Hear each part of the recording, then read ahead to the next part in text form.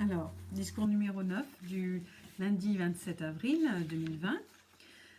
Mes chers parents, chers enfants, j'espère que vous avez rechargé les batteries après ces vacances. En tout cas pour les enfants, forcément des vacances. Pour les parents, je vous le souhaite aussi. Donc dernière ligne droite avant le retour progressif vers l'école. Nous en reparlerons dès que j'aurai des éléments plus précis à vous communiquer. Pour l'instant, nous avons eu un retour sur des mesures sanitaires de la part du Conseil scientifique qui a eu lieu le 24 avril.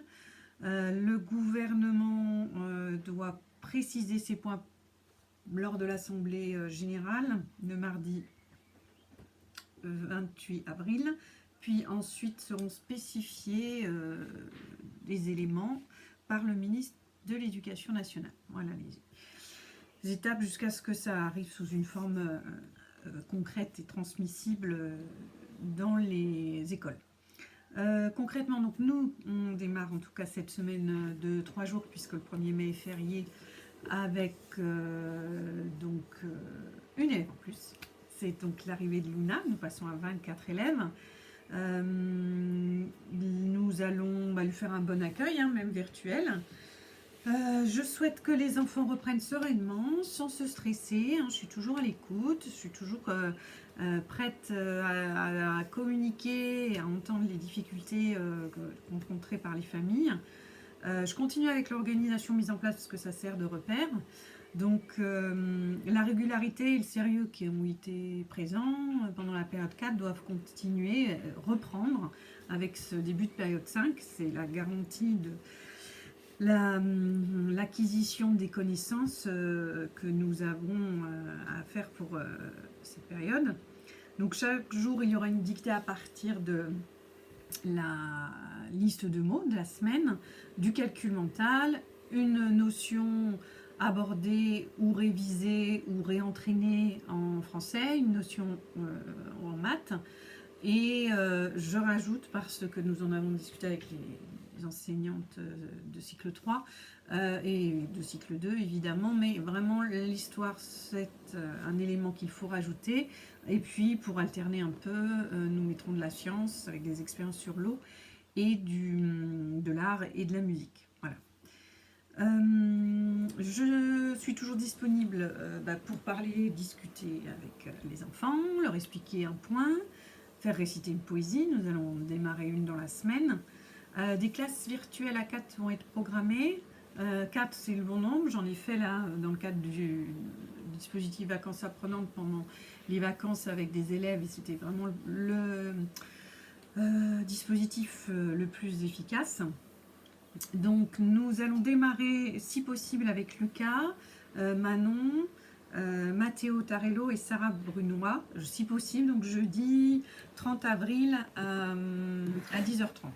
Voilà. Donc j'attends confirmation des parents pour adapter l'horaire ou éventuellement faire appel à un autre enfant. Alors je répète quelques conseils pour le retour des travaux, à l'attention des élèves. Donc tenez le cahier et la feuille à carreaux, si c'est une feuille, comme si c'était en classe dans le cahier du jour. Donc j'ai remis la leçon, une des premières leçons que nous avions vues sur la manière de tenir un cahier. Et puis c'est aussi pour Luna l'occasion de voir un peu nos règles et de s'y conformer. Merci de bien remplir les fiches de synthèse. Donc là, elles vont être données maintenant définitivement en fichier soit PDF, soit Word. Plus de fiches en ligne, c'est compliqué. Nommez bien les fichiers, s'il vous plaît, les parents, pour que je sache à quel jour de travail ça se reporte, même si ça a été fait un autre jour. Mais moi, c'est le jour de travail qui compte, le jour du plan de travail concerné. Lisez attentivement mes corrections, les enfants, et écoutez les audios si j'en ai fait. Travaillez un peu tous les jours, je pense, enfin tous les jours ouvrés d'école, parce que vous serez moins débordés. Mais après, vous faites au mieux aussi par rapport aux contraintes des uns et des autres. Il y a du soleil dans mon bureau. Signalez-moi si un travail n'a pas été corrigé, c'est possible, j'ai pu laisser passer, donc il y aura des trous dans la raquette, j'aime bien cette expression. Et donc, non, évitons-les et dites-moi, ne vous gênez pas et ne vous gênez pas non plus pour me faire part d'erreurs dans mes corrigés. Je peux en faire, je ne suis pas infaillible, loin de là, et donc je ne me vexerai pas. Apprenez et révisez bien vos leçons, collez-les également, ou recopiez-les, ça peut être un moyen de les apprendre, faites-le au fur et à mesure. Les CE2, donc nous allons utiliser, je pense que tout le monde les a maintenant, les fichiers de maths et les fichiers Magellan pour réduire le nombre de copies. Et pour les CM1, continuez avec les manuels de maths, hein, mais ça c'est déjà très bien géré par vous. Les présentations d'exercices sont bien, donc continuez comme ça. Et je vous fais confiance, parce que voilà, je connais mes élèves, mais voilà, prenez soin des manuels pour les prochains CM1 de l'an prochain quand vous serez chez les grands. Voilà, bah, c'est tout.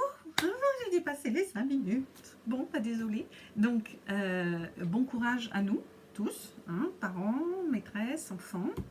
Mais bon, je suis confiante. Prenez soin de vous, portez-vous bien et donc à bientôt. Au revoir.